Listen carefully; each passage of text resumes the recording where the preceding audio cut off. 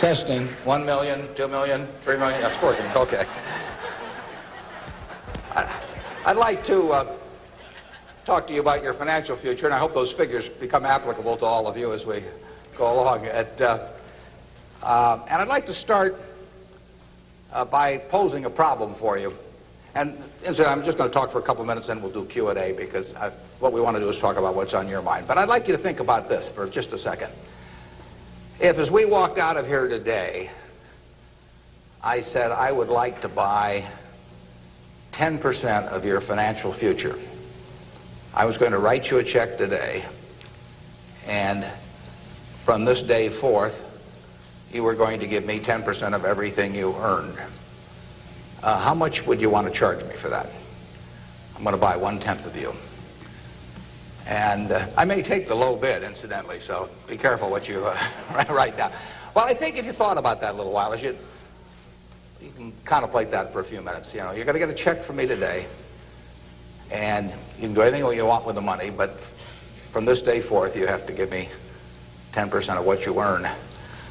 I think it would be very foolish of you, any of you, if you asked for less than, say, $50,000. Now, it's going to be a few years before you're out earning money, and so I've got a few years of dead money there. But then I would start getting this royalty on you as you went along. So I really think that if you thought about it, most of you would want a fair amount more than that, and I think you'd be right. Fortunately, I didn't make this deal with anybody when I started out, so nobody's got a 10% royalty on me. But I think that $50,000 would sort of be the absolute minimum. And if you think about that, that means that right today, you are worth $500,000, because if 10% of you is worth $50,000 in cash today, your potential is worth a minimum on a 100% basis of $500,000. That is the big financial asset you've got. It's way more important what you do with that $500,000 asset that you own today than whether you decide to buy stocks or bonds, or whether you put your money in a mutual fund or pick your own stocks or anything of that sort. The biggest financial asset that you have going for you by miles is the value of your own earning power over the years. So that's really what you should focus on. If you're focusing on your financial future, that means you should focus on you. Because whether your 10% is worth $50,000 or $100,000 or $300,000, which would be $500,000 or $1 million or $3 million for all of you, whether it turns out to be one or the other is really dependent in a very large part on what you do in the next few years. All of you in this room have the brains to do extremely well in life. You've all got the energy to do extremely well in life, and then the question is, how do you apply it? If you've got a 200 horsepower motor, do you get 200 horsepower out of it? Do you get your full potential, or do you get 100 horsepower or 50 horsepower? Now, there's two things that can hold you back in getting the full horsepower out of your engine, whatever it may be. All of you have big enough engines. And one of those is a lack of education, but that probably isn't going to happen to very many people in this room. If you did have a lack of education, if you didn't have a chance to get a decent education in life, it wouldn't make any difference what that potential was, because you'd never unlock it. But the second most important thing, and equally as important, is in terms of the habits that you develop, in terms of what you do with yourself. When we hire people, we look for three qualities. We look for integrity, we look for intelligence, and we look for energy. But if they don't have the first one, integrity, the other two will kill you. Because if you're hiring somebody without integrity, you really want them to be dumb and lazy, don't you? I mean, the last thing in the world you want for them is to be smart and energetic. So smart and energetic only goes with integrity. But the nice thing about, you make your own decision on that. You can't change your IQ or how far you can throw a football or how high you can jump or the color of your hair very easily. But you can elect to have integrity that matches anybody else's. And if you match that with intelligence, which you have, and energy, which you have, you will get an extraordinary result, and you'd be very foolish to sell me 10% of yourself for $50,000. On the other hand, if you don't match it with that, your potential will, in a significant part, go unused. And I'll give you a little simple tests to apply in terms of thinking about the kind of habits you want to develop. Because you can have any habit you want to be. You can be lazy, you can be prompt, you can be late, you can be honest, you can cut corners. I mean, you have all these choices. And those are choices for you to make. Nobody else is going to make them for you. And I would suggest that you play this little game with me, too. Think about the person you would most like to be in life. So maybe it's one of your contemporaries, maybe it's somebody a little older, but pick out the person you admire the most, the person that you'd change places with if you could. And then write down why you admire them. Just put it on a piece of paper. And then figure out the person that you would least like to change places with you. Who really turns you off? Who do you find repulsive? And list the reasons why that person turns you off so much. And put those down on the other side of the paper. And then look at that list. And you'll find that everything on the left-hand side, what you admire in other people, the qualities they bring to life, cheerfulness, generosity, all kinds of things, you'll find those are things you can do yourself. It's very simple. You got to apply yourself, but the habits you form in doing that early on will carry you through life. And on the other hand, you'll find that the things that make people repulsive, selfishness, obnoxiousness, all these things, egotism, are things that no one has to have. If you find those in yourself, you can get rid of them as long as you get rid of them early. So all I suggest is that you write down a list of what you admire, what you find contemptible, and decide that the ones on the admired side are ones you're going to acquire for yourself. And if you do that when you're young, it'll carry you through the rest of your life. This doesn't work if you do it when you're 50 or 60. By then, the habits are too well formed. But if you do it early, behavior becomes a habit. So if you do that, 2 or 3 years from now, if you go through the same exercise, you'll find out that the person you admire the most is yourself. That can be a little dangerous under some circumstances, but it's not a bad thing. I mean, you want to be somebody you like, and you don't want to be somebody that you dislike. And form those habits early. You basically can't miss. Now, I'll give you one other small piece of advice that's just a corollary on this, and then we'll get to your questions. And that is, as a general matter, as a one piece of specific financial advice, I would say, avoid credit cards. Just forget about them. We're in various businesses that issue credit cards. The American public loves credit cards. But if you start revolving debt on credit cards, you're going to be paying 18 or 20%. And you can't make progress in your financial life going around borrowing money at 18 or 20%. You can make a lot of money by lending it out at 18 or 20% over time. If you can find anybody that's good that will borrow from you. But you don't want to be on the side of the equation that's always behind in life.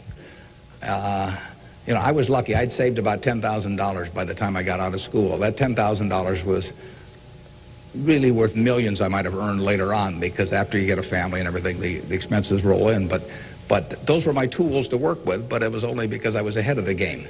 If you're behind the game by $10,000 at some point and paying 18 or 20% interest on it, you will never, you'll never get out of it. So the trick, I've got a partner that says, all I want to know is where I'm going to die, so I'll never go there.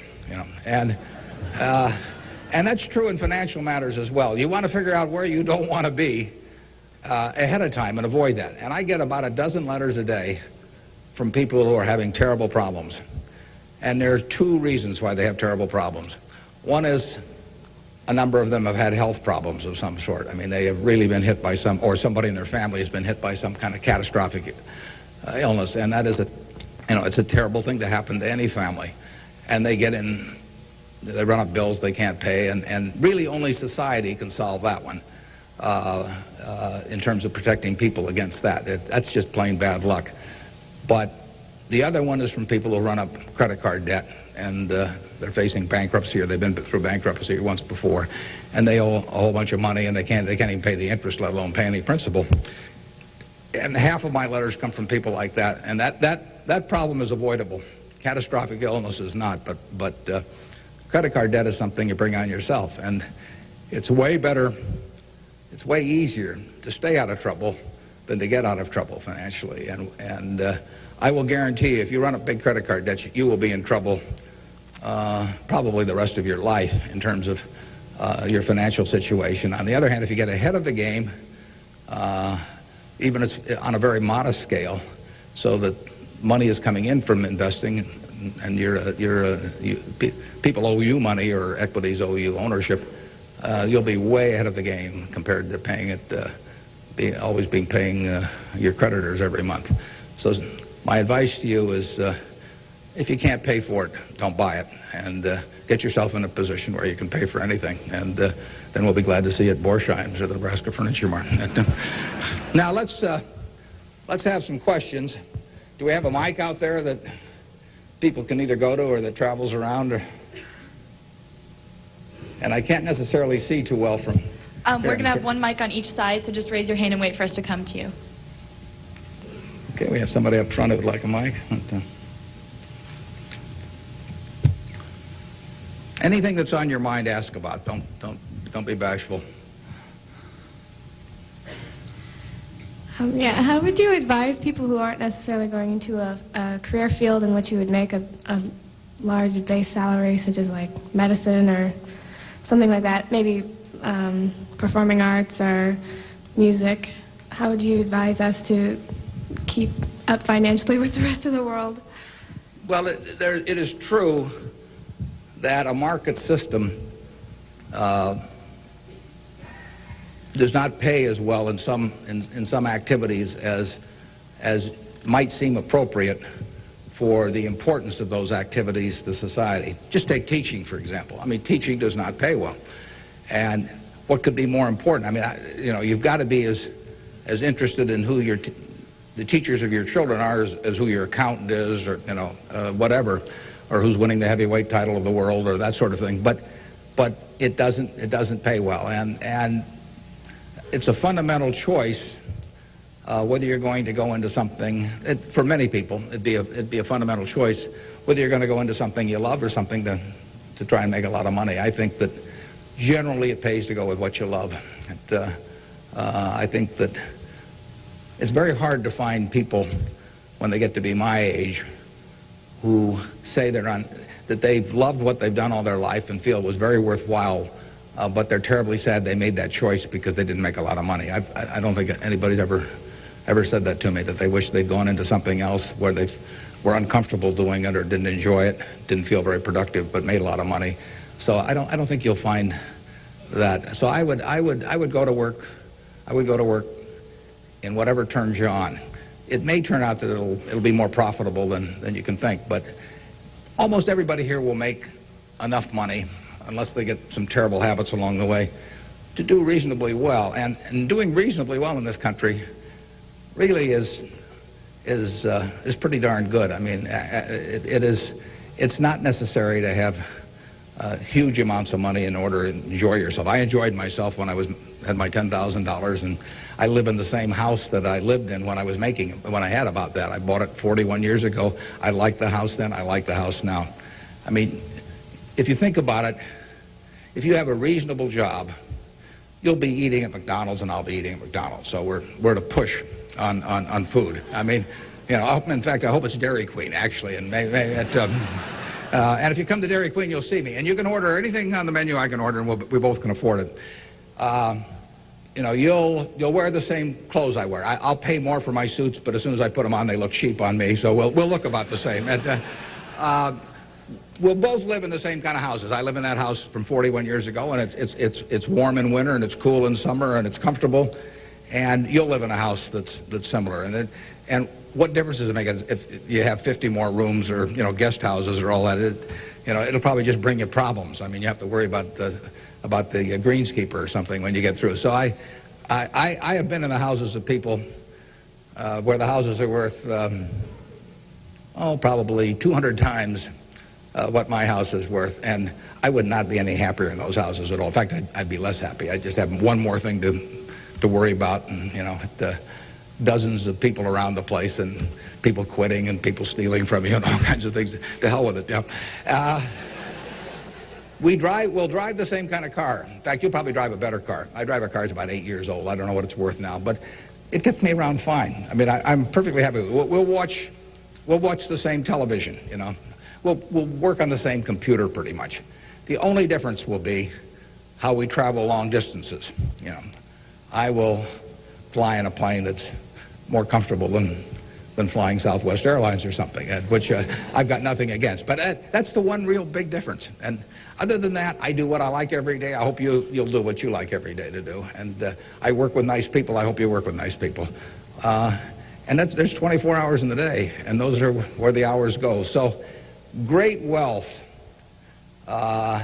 is the tiniest bit different in a real sense than having just a decent income. And to trade a decent income and something you love doing and something where you feel worthwhile doing it for huge wealth where you trade off a lot of your principles would be a terrible mistake.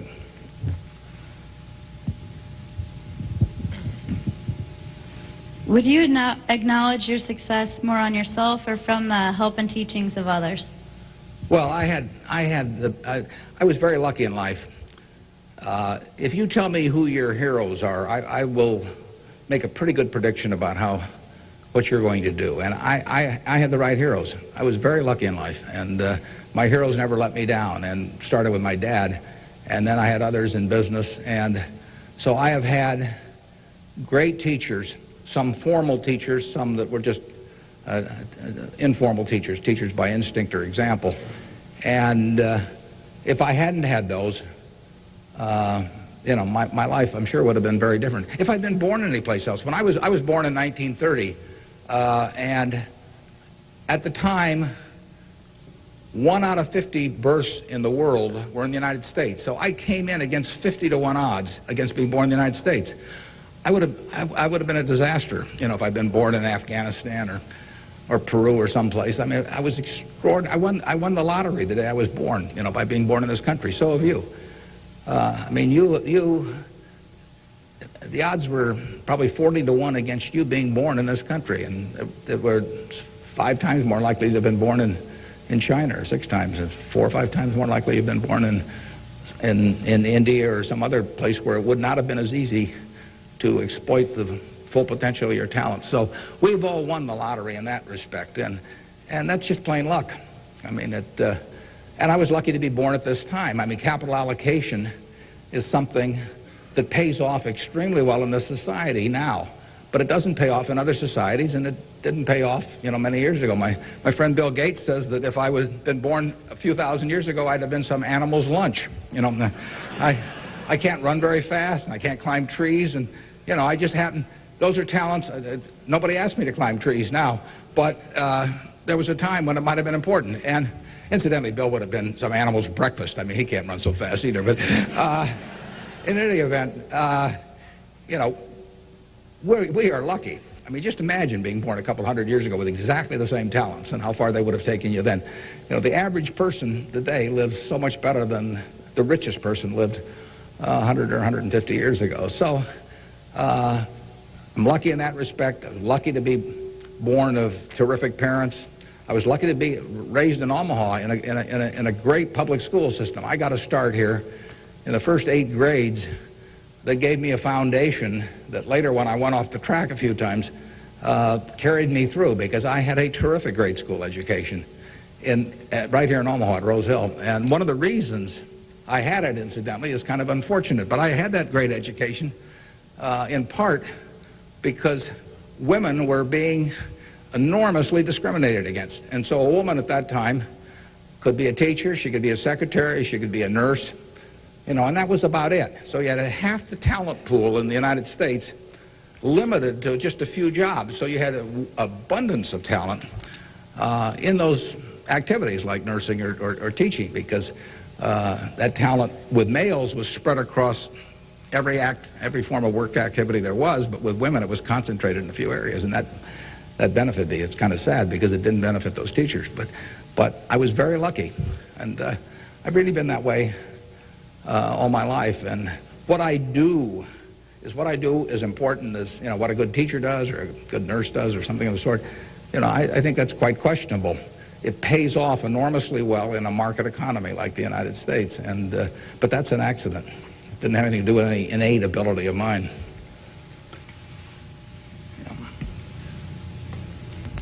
My name is Marina Tsed, and I attend Omaha Central High School. Good for you. Fine institution. Now, Mr. Buffett, technology has been a great factor in stimulating the world economy. What are your predictions for the future of the technology industry, and what is its future role in world economy and the United States economy? Yeah, well, there's no question it's turning the world upside down. It's done it somewhat already, but it will, it's just beginning, but it's moving very fast.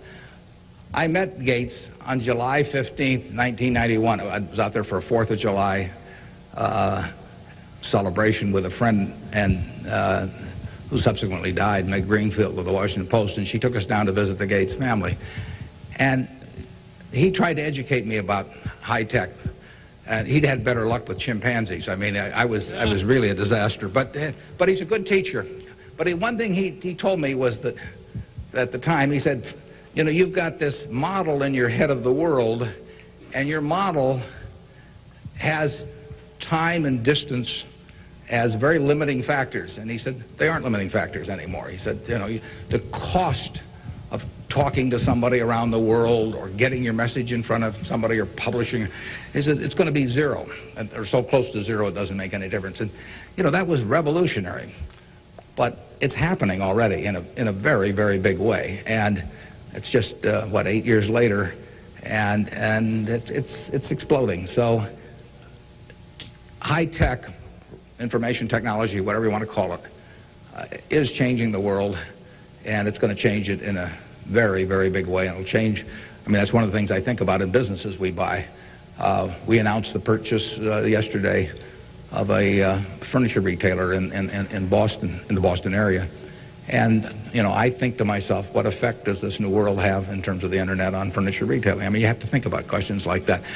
The changes will be huge. I played bridge yesterday with people all over the country, but I played it with people all over the world. I just sit down at my computer, and I've got some popcorn there, and I'm in khakis and a sweater, and I can have a bridge game in 30 seconds with people all over the world, and no cost to it, basically. That's a lot different than trying to arrange a game with 4 people in Omaha, on a day when one guy wants to play golf and another wants to watch baseball. And it changes things in a huge way. We are very fortunate. It's in the degree to which the United States leads the world in this area. We have a lead. It's hard to think of who's in second place. And 15 or so years ago, this country had an inferiority complex. It'd be hard for you to remember because you weren't old enough to be around then. But in the early 80s, we were wondering whether the Germans and the Japanese were going to own everything, and that they were going to make all the steel, and they were going to make all the cars and everything else, and the television sets, and we were going to flip hamburgers. That was the standard line. And just imagine in a short period like 15 years how that's changed around. In an important way, that's changed because of this information a revolution where we, like I said, I don't know who you would name as being in second place in the world, but here's the most important industry in the world, and the United States has this incredible position, and we're moving all the time with that position. So I think that argues for a terrific future for the world over time, and I think it argues even more for a terrific future for this country. What are the best ways for youth to get started now in securing their financial future? For what to secure their financial future? For youth. Youth? Oh, well, it's not very complicated. It goes back to getting full use out of your own talents first. The difference between whether you're going to be earning X or 2X or 3X a year 20 years from now is going to be a function of how well, not how much talent you have, but how well you use the talents you already have.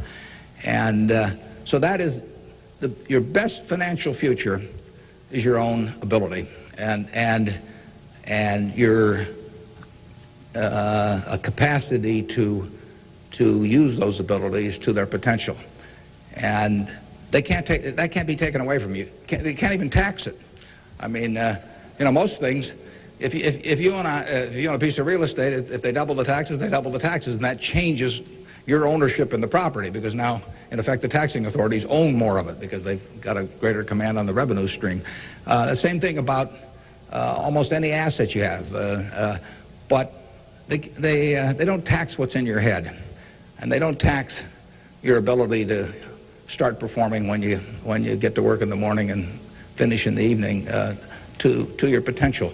One of the things that amazes me is how people who really do perform well just sort of jump out at you once you're running a business. When I got out of school, I thought, everybody would behave that way, but they don't. Most people sort of go through life in a sleepwalk, and if you don't, you will stand out. So the biggest thing for your financial future is yourself. Now, beyond that, it is always being ahead of the game rather than getting behind the game. It's saving a little, no matter how you do it. I mean, I delivered papers, I worked at Penny's, I sold golf balls, I had a pinball machine around. I did a lot of things that enabled me to accumulate about $10,000 by the time I got out of school.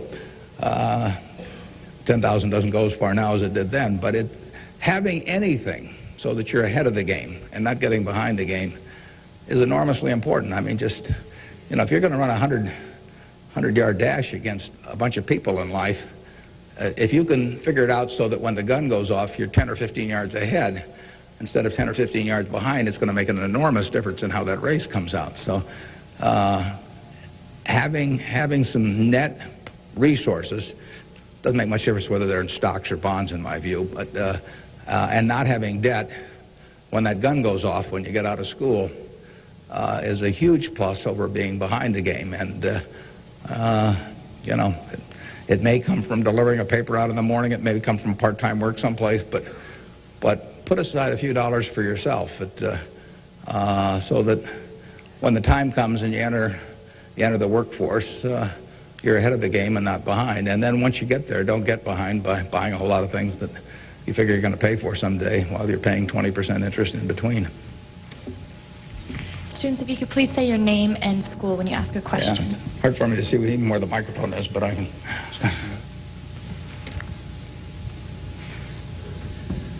My name is Patrick Doherty, and I'm from Pillion La Vista High School. I was wondering, with the increasing costs of education today, what can students do to deal with their debts once they're out of college? Well, that's a tough one. I mean, I guess I'd pay it off as fast as I could, and I would incur as little debt as possible before that time came. And I would say this, in my experience in business, there is very little difference, if any, between a very high-priced business education and what's available for a lot less money. So I went to the University of Nebraska at Lincoln my last year in college. I went to Wharton for a couple of years before that. I learned just as much at the University of Nebraska as I did at Wharton. And it's nothing against Wharton. I mean, it's just we had a very good school here. I had some terrific professors at Lincoln. And so I would not assume that if I was paying a few $1,000s for an education here in the state, for example, versus paying huge amounts elsewhere, that it was going to make a lot of difference. A lot of the education, you need to be prodded in the right direction, but an awful lot of it is self-taught. I mean, Andrew Carnegie did a wonderful thing in this country in terms of libraries, and I used to spend a lot of time at libraries. I even got locked in at the University of Omaha, what was then the University of Omaha, and I couldn't get out for hours. And one night I got so entranced with what I was reading. But there's all kinds of information available now with the internet. It's so much easier than it was then. So it's out there to be taken, and it isn't necessary to pay $30,000 or $35,000 a year to go to some big-name school to get the education at all. I mean, if you're going to learn accounting, which is probably the most important course you'd take in business, if you're going to learn accounting, you can learn accounting absolutely as well, in my view, going to UNO as going to Harvard. I mean, I see. I'd bet on that, and so I wouldn't run up huge bills in terms of getting a business education. Now, if you're going to get a medical education, I mean, there's certain professions where there may not be any way around spending a fair amount of money and getting in debt to some degree. You've got to make that decision yourself, but I'd certainly try to minimize it. And And I would have it figured out how I would handle that debt in, say, a 5-year period after I got out of school, or I would think twice about incurring it. There's a question up here, if we can bring a microphone. My name is Kyle Clark. I'm here representing the Omaha Youth Advisory Council. What advice would you have for a forming nonprofit organization? For forming a nonprofit organization? Well, I've always tried to avoid forming nonprofit organizations. Well, that would depend entirely on what I wanted to accomplish. I mean, it'd be one thing if it was a hospital. It could be another thing. There's so many types of it. So you've got to get people that are experienced and involved in an entity like that. And but it depends so much on the objective you're working at. Yeah, I promised this young lady here microphone for a long time. Hi, my name is Kara Harbert, and I attend Millard West High School. And I understand that you're very civically involved, and I was wondering how important of a quality you think that is for an individual in life and why. Yeah, well, I wouldn't say that I am that. I mean, I do certain civic things. I think your model as a citizen, for example, in Omaha would be Walter Scott. I mean, he is far more civically involved than I am, and incidentally, his predecessor, Peter Kiewit, was too, but Walter's carried it to new heights. So I don't want to take on any mantle for that myself. I do some things. One of the problems I have is I love what I do so much that it sort of takes over. I mean, I'm like a guy that likes to play a lot of golf or something, except I like the business I'm in. But I've got a family that participates very actively. Some of my children work on almost anything that comes along in the civic area. And,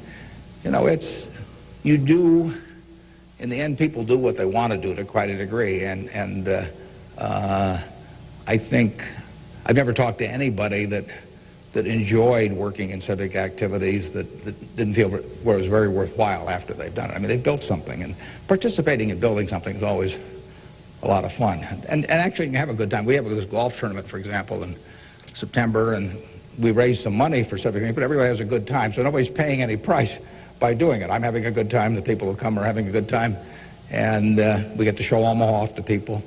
But you should be enjoying things you go along, and you will if you work in civic activities that interest you. And you can do the same thing in politics. I mean, if you find political ideas or politicians who particularly you identify with, you can get a lot of self-satisfaction out of working, and you're doing something worthwhile. So just follow your instincts on that. That'd be my recommendation.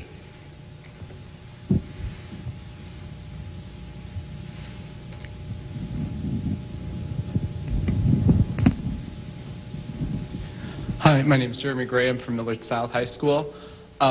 We're probably the elite youth of today, and I have a question.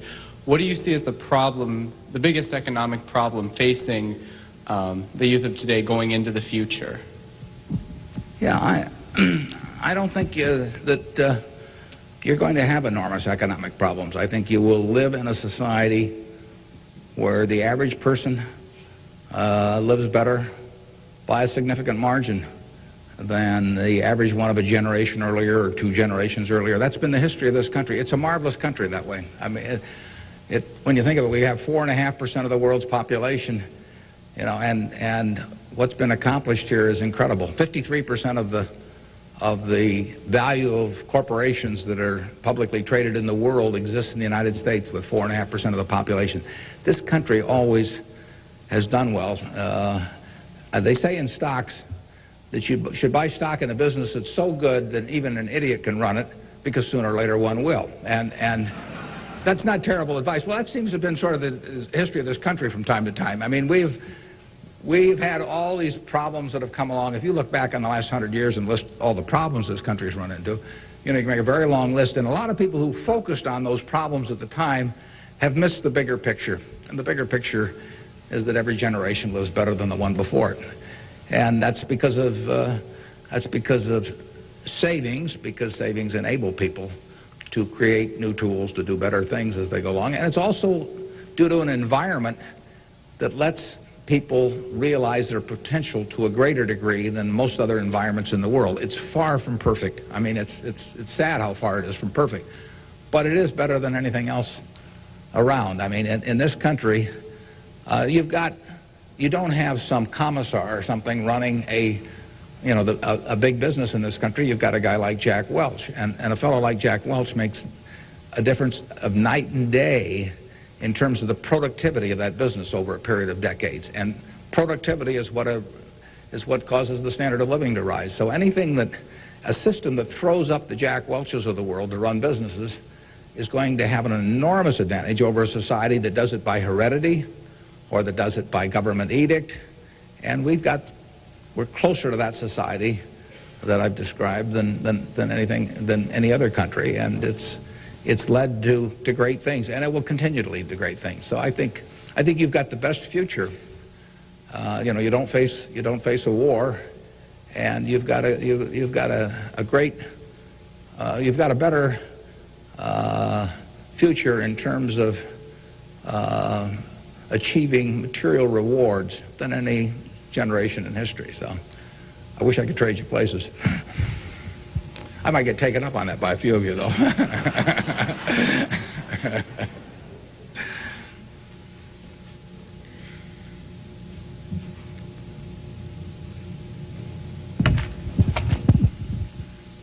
Hi, I'm Ryan Wilkins from Millard West High School, and I was wondering if you could speak for Mr. Gates were afraid of the impact on Y2K on the economy, or specifically the stock market. Yeah, well, I'm glad you gave me a chance to bring in other people, because I'm the last guy in the world to understand about Y2K. I don't know why this microphone's working. I don't know, why lights go on. Or I flip on the switch of my television set and pray. I mean, it's all beyond me. But I would say this: the smartest people I know in that area, in large part, think it's going to be a non-event. In this country, I can't speak for the rest of the world, but so I think you'll wake up on January 1st and find the world hasn't changed from December 31st. Now, I would say this: you might get a whole bunch of friends to write you checks for $1 billion on December 31st and then deposit them, and who knows what'll happen? You can't lose anything. I mean, all they do is bounce, and if the system gets fouled up, you might find a lot of money in your account. But I wouldn't count on it. We own a company called Executive Jet. We have about 1,400 or 1,500 customers who own pieces of airplanes with us, and we've got 160 of their planes and some of our own flying around. It'll be very interesting to me to see what the advance. People let us know ahead of time when they want to use it. It'll be very interesting to see how many sign up for January 1st at 12:01. But it wouldn't bother me to fly them in the least on January 1st or do anything else on January 1st. Ideally, I hope they're getting prepared to watch the Huskers play in the big game. I'm Jamie Solis from Twin Valley, and I was wondering, how do you decide what you invest your time and money in? Yeah, well, I like to find businesses that have good economics. Now, what are good economics? Well, good economics are a business that has some kind of a moat around it that makes its product or its service or its location or something a little more desirable to the customer than any other sort of comparable product. The number one candy bar in the last 30 or 40 years has been Snickers.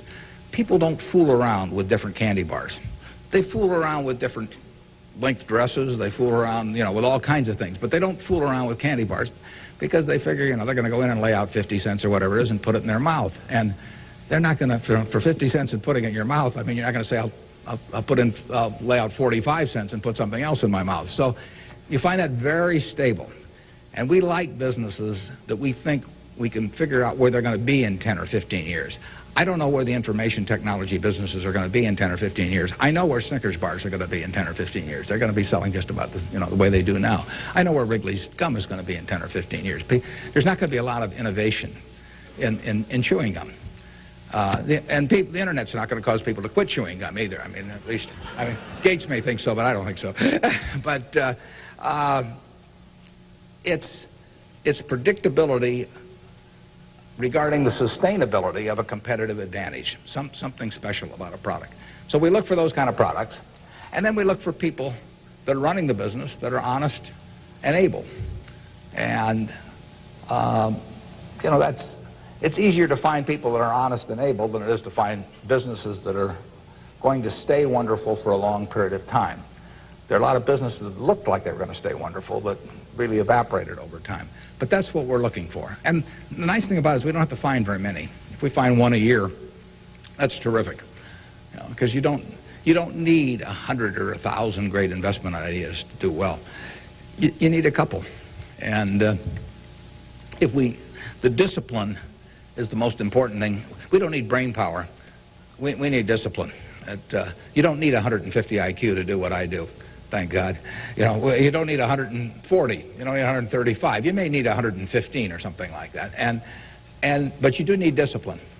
You have to wait until you see the fat pitch to swing at. Because investing is a no-called strike game. You know, if I were a baseball player and I only liked pitches 2 inches above my navel, you know, some guy could learn that and he could pitch me, you know, 3 or 4 inches below that, and I get called out on strikes because I never find a pitch I like. You can get called out on strikes in baseball. You have to swing at pitches that you don't even necessarily like, particularly after the count gets to 2 strikes. In business, you don't have to swing at anything. You can sit there and the paper says General Motors at 68, or it says General Electric at 115, or it says General Dynamics at 63. And if you don't like those prices, you don't have to swing. You can wait there day after day after day after day, and there are no called strikes. Now, when you swing, when you decide to buy something, then, you know, if you swing and miss, it's a strike. But it's a marvelous game to be in because there are no called strikes, and you can simply wait for that one time in a month or 6 months or a year or 2 or 3 years when you really know what you're doing, where you like the price, where you like the people running the business, and then you swing, and you only need a few swings in your lifetime. So that's the way we try to pick businesses. We try to stay with things we understand. I mean, there can be all kinds of wonderful investment opportunities out there that I don't understand. I don't know what cocoa beans are going to do next year. You know, maybe you know, but I don't know. I don't know what crude oil is going to sell for. But I don't have to know. I just have to know the things. I have to know what I know. I have to know where the limits of my understanding are, what I call what my circle of competence is. And if I'm only able to evaluate 5% of the businesses in the world, no problem. I just stay within that 5% and try and find something. And most people get in trouble in investments because they get itchy. You know, they can't discipline themselves, and they hear about other people making money. Nothing upsets people so much as to hear about their friends making money. I mean, that's very destructive to discipline because they think, you know, I'm smarter than that guy next door, and he just bought that new car with the money he made trading stocks on the internet, so why can't I? Well, the answer is you can't over time. You will lose money if you trade stocks actively. And it's hard to exercise the discipline. But anytime you buy something, you should be able to take out a one-page sheet of paper and say, I'm buying General Motors at 65. I'm buying General Electric at 150 because. And you should write down the reasons. If you can't fill out the sheet, if it's because somebody told me about it at a cocktail party last night, that's not good enough. If it's because my broker told me about it, that's not good enough. You know, you've got to have a reason for thinking that it makes an intelligent investment. You do the same thing if you're buying a farm or an apartment house. If you're buying a farm, you'd say, I'm buying this farm at $1,000 an acre because I think I can earn $60 an acre on it if corn sells at such and such and soybean sells at such and yield is such and such. And you'd figure it out. That's the same reason you buy businesses. And when you buy stocks, you're buying a little piece of a business. And that's probably the most important thing to remember in investing is that when you are buying a stock, you're buying a little piece of the business. And if you are buying it at an attractive price for the business, for the whole business, you're going to make money. And if you aren't, you know, over time you won't make money.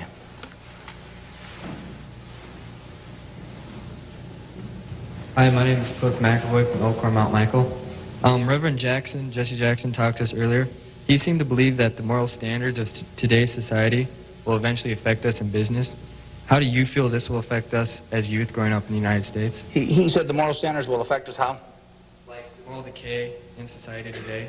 will affect us in business by how we feel and how we interact with other people? Well, I think very difficult to quantify moral standards over time. I mean, you know, you can pick out huge weaknesses at any given time in terms of how people or the country is behaving, and huge strengths. So I think it's enormously difficult to quantify. I think, by and large, we have made progress in what I would call institutionalized moral standards in this country. I mean, you know, in terms of slavery, in terms of I mean, the women couldn't vote, you know, a century ago. Half the country were second-class citizens in that respect, and they had much lesser rights in terms of inheritance and all kinds of things. The income tax didn't exist 100 years ago, so the idea of taxing people according to how much that they benefited from society and their income didn't exist. So I think in terms of institutionalized moral standards, the country has made really quite significant progress in the last 100 years. I think, you know, there's an enormous distance to go. I think we're going in the right direction, maybe by fits and starts, but I think we're going in the right direction, and I think that you know, it will be a significant plus to everybody in this room if they live in a more moral society 40 years from now than a less moral. But I think the odds are that they will. I think the country moves in that direction. It's very difficult to do it, and all kinds of interests that work against it. But in the end, I think the American people want it. And you saw it in civil rights. I mean, it took television to dramatize what was going on, and people that weren't near it preferred not to think about it. But it got through to the conscience of the American people. And a lot of progress has been made there, and there's a lot left to be made, but it's better than it was. And the pace may seem very slow to those people involved, and I can understand that. The pace, you know, for women's suffrage, I mean, that went for decades and decades and decades.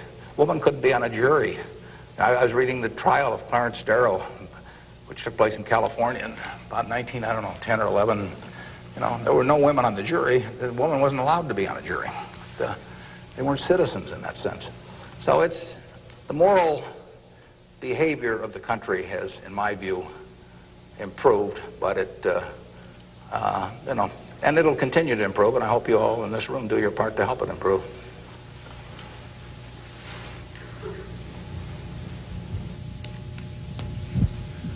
Hi, I'm Nick Jors from Central High, and I was wondering how, since the stock market's so high right now, if it'd be smart for us to get involved now, or to wait till it goes down a little, or what? Yeah, I can't tell you whether or not to buy stocks now generally. I think it's important that you save money, you know, and whether you put it in the stock market or not, I don't think is terribly important. I think if you're interested in stocks, you should buy it, you know, and you've got a little capital, you should buy a few. I mean, I don't think there's any way of learning about them better than experiencing it. Doing it on paper isn't the same. I can guarantee you, if you lose money on paper or lose real money, it's a different experience. And so I think you'll learn more about yourself if you do it that way. I bought my first stock when I was 11. I was at Rose Hill at the time, and I bought 3 shares of City Service Preferred at 38, and it went down to 27, which is something I still remember, even though I was 11 at the time. And then it went up to 40, and I sold it. I made $5 on my 3 shares after commissions, and then it went to 200 and something. So, you know, I probably remember that a little better than if I'd been doing it on paper. And I fooled around doing a lot of things between about age 11 and 19 in the stock market. I did charts, I did all kinds of technical analysis, I read every book I could get on the subject, and I didn't do that well. I didn't do terrible, but I was really just floundering around. But that meant by the age of 19, when I read Ben Graham's book, I was at the University of Nebraska in Lincoln, I went and bought this book called The Intelligent Investor. It just come out, and it had an enormous impact on me. Now, if I hadn't done, in the previous 8 years, if I hadn't been all over the lot, I'm not so sure that book would have had the same impact on me. I mean, by that time, I was prepared to read Ben Graham's book, which changed my life financially in an incredible way. I mean, I wouldn't be up here today if I hadn't read that book. But yeah, part of life is getting prepared so that when something does happen that's significant, you can grasp the significance of it and know what to do with it. And I would say that first 8 years of fooling around, even though it produced nothing financially to speak of, produced a lot in terms of getting my mind prepared for when I really did read something that made sense. And so I was ready to accept it. And I actually went back and went to Columbia to study under Graham, and because of reading that book, and all kinds of things flowed out of it. So I would encourage you, if you're interested in the field,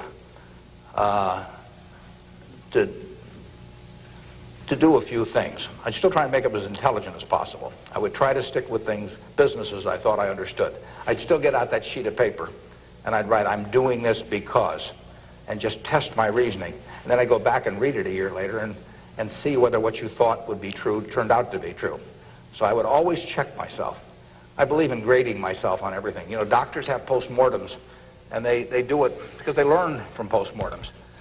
In business, people don't like to do postmortems. When I can be on the board of a company, and they can dollars building plants or buying companies, and they never want it 2 years later to run a check on how that decision turned out, because it can be unpleasant. But you learn from postmortems, and you don't want to learn. It's way better to learn from other people's mistakes than your own, but you got to learn from a few of your own too. And the time to do it is when you're young. We can do maybe one more, and then we wrap this up at one, do we? Or maybe two more. My name is Pete Walsh. I'm from Creighton Prep, and my question is, to what extent do you feel that the government, with the current policies of welfare and Social Security, is it financially competent and fiscally prepared for the future? Well, I think that the country as a whole is quite well prepared for the future. That doesn't mean I would adopt every policy they have, but I think, A, we have an enormously rich society, and it'll get richer. Everyone isn't going to participate in that. Some won't participate because of physical disabilities, others because of mental disabilities, others because of shortcomings in the education they received when they were growing up, all kinds of reasons. We have a prosperous enough society to be able to take care of those people, and we should take care of them. And how we do it so that they feel most useful in life, and how we do it so that we continue to encourage people to be more productive themselves and all that. I mean, those are not easy questions, but that shouldn't take our eye off the ball of feeling we should do something about it. I pose this problem sometimes to people. I say, let's assume that it's 24 hours before you're born. And all of you can take this test, 24 hours before you're born. And a genie comes to you. And the genie says, what was your name again out there? Whatever, we'll call you Joe. And the genie says, Joe, says, you look pretty promising to me. I think you've got kind of a sense of fair play and a good mind. And so I'm going to let you have an extraordinary opportunity. I'm going to let you design the world into which you're going to be born in 24 hours. It's yours. You pick out the political rules, you pick out the economic rules, you pick out the social rules, you design the world. And when you're born in 24 hours, you're going to be born into that world. And that's the world that's going to exist for your lifetime, for your children's lifetime, for your grandchildren's lifetime. And you, having heard of some of these genie jokes in the past, would say, what's the catch? The genie says, well, it's a very slight catch. I said, when you're born in 24 hours, you're going to emerge in this world you designed. But what you don't know is whether you're going to be born black or white, male or female, rich or poor, bright or retarded, able-bodied or infirm, in the United States or Afghanistan. All you know is that you're going to reach into this barrel, which now has 6 billion balls, as we know, representing one person, every person in the world, and you're going to participate in what I call the ovarian lottery. You're going to take one ball out of that barrel, and you're never going to get another ball. That's you. You're going to get one ball, and now you're going to emerge. Now, what kind of rules do you want to have for that society, not knowing which ball you're going to get? Now, that I put to you is the way I think people should think about social policy. And if you're lucky enough to be born in this country, you've won the lottery already.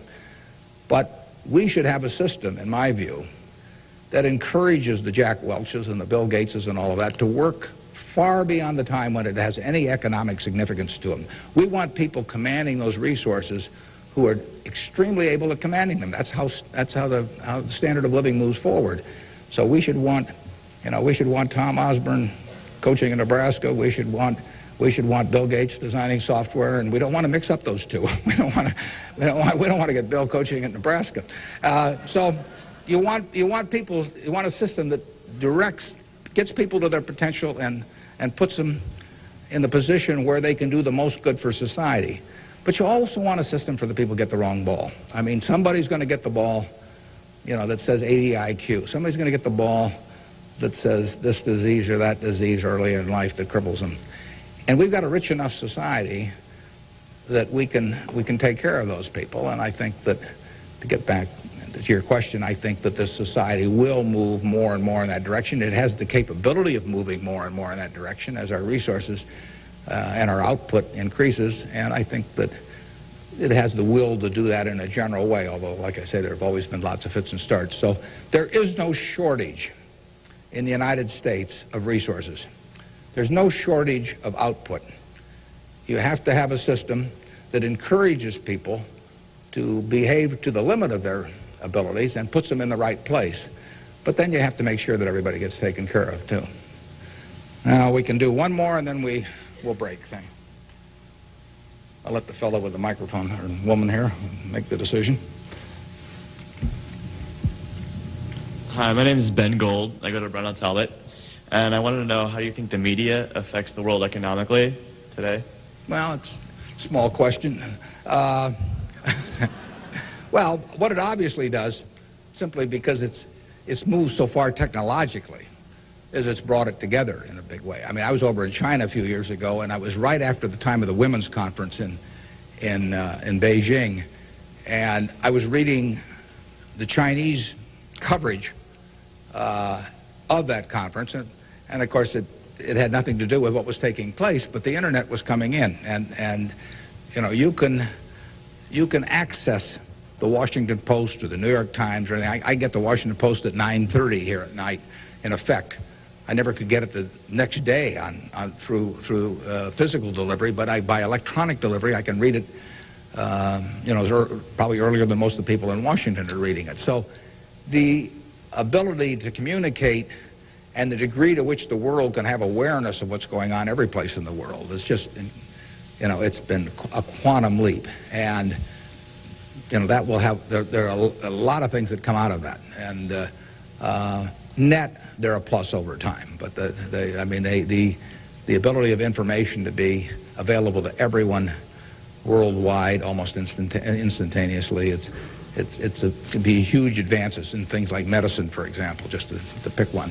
So it's a net plus. It has a big effect, and the definition of media has now been expanded enormously. I mean, there were 3 television networks in the early 1960s, and that was it. There were 3 highways information traveled electronically, and if the 3 pieces of information were I Love Lucy, and something else, those were the 3 choices of information or entertainment that you had for tens and tens of millions of people sitting there looking at a tube.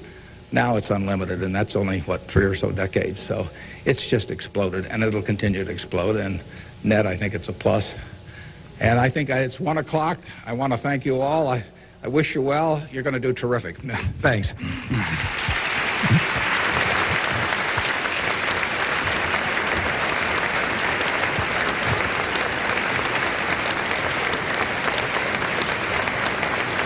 Thank you.